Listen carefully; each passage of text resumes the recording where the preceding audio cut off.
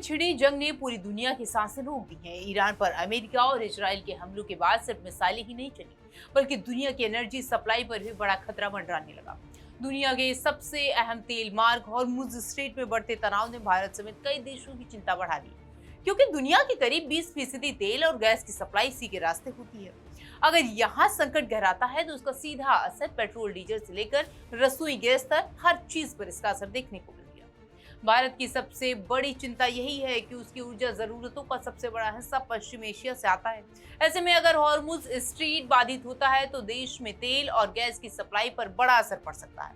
लेकिन इस बार भारत सिर्फ हालात देखते ही मूड में नहीं है, बल्कि पहले से अपनी सुरक्षा की मजबूत रणनीति तैयार कर लिए। प्रधानमंत्री नरेंद्र मोदी ने यूएई दौरे के दौरान भारत को ऊर्जा सुरक्षा का बड़ा कवच मिला है। संयुक्त अरब की अमीरात की सरकारी तेल कंपनी ADNOC ने भारत में 30 मिलियन बैरल कच्चा तेल स्टोर करने पर सहमति दी है। ये तेल भारत के रणनीतिक पेट्रोलियम भंडार का हिस्सा होगा, जिसे आपात स्थिति में इस्तेमाल किया जा सकता है।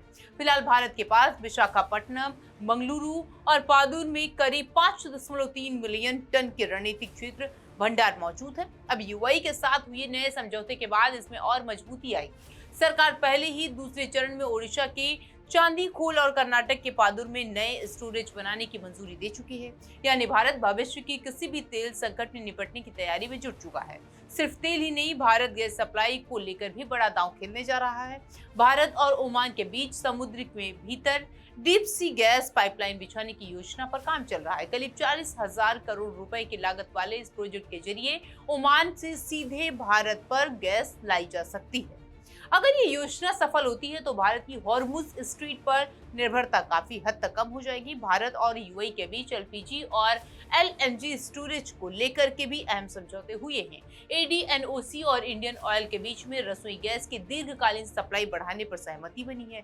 इसका सबसे बड़ा फायदा आम नागरिकों को मिलेगा, क्योंकि भविष्य में गैस की कमी और कीमतों में भारी उछाल जैसी स्थितियां राहत मिल सकती हैं। दरअसल रूस यूक्रेन युद्ध के बाद से दुनिया पहले ही ऊर्जा संकट का असर देख चुकी है। अब ईरान संकट में वैश्विक बाजार में फिर डर पैदा कर दिया है। कच्चे तेल की कीमतों में उतार चढ़ाव शुरू हो चुका है और कई देशों में वैश्विक ऊर्जा स्रोतों की तलाश तेज कर दी गई है। ऐसे वक्त में भारत की रणनीति साफ दिखाई दे रही है। संकट आने का इंतजार नहीं, बल्कि पहले से तैयारी है। यानी दुनिया में चाहे जंग छिड़े या सप्लाई चेन टूटे, भारत अब अपनी ऊर्जा सुरक्षा को लेकर पहले से ज्यादा सतर्क और मजबूत नजर आ रहा है।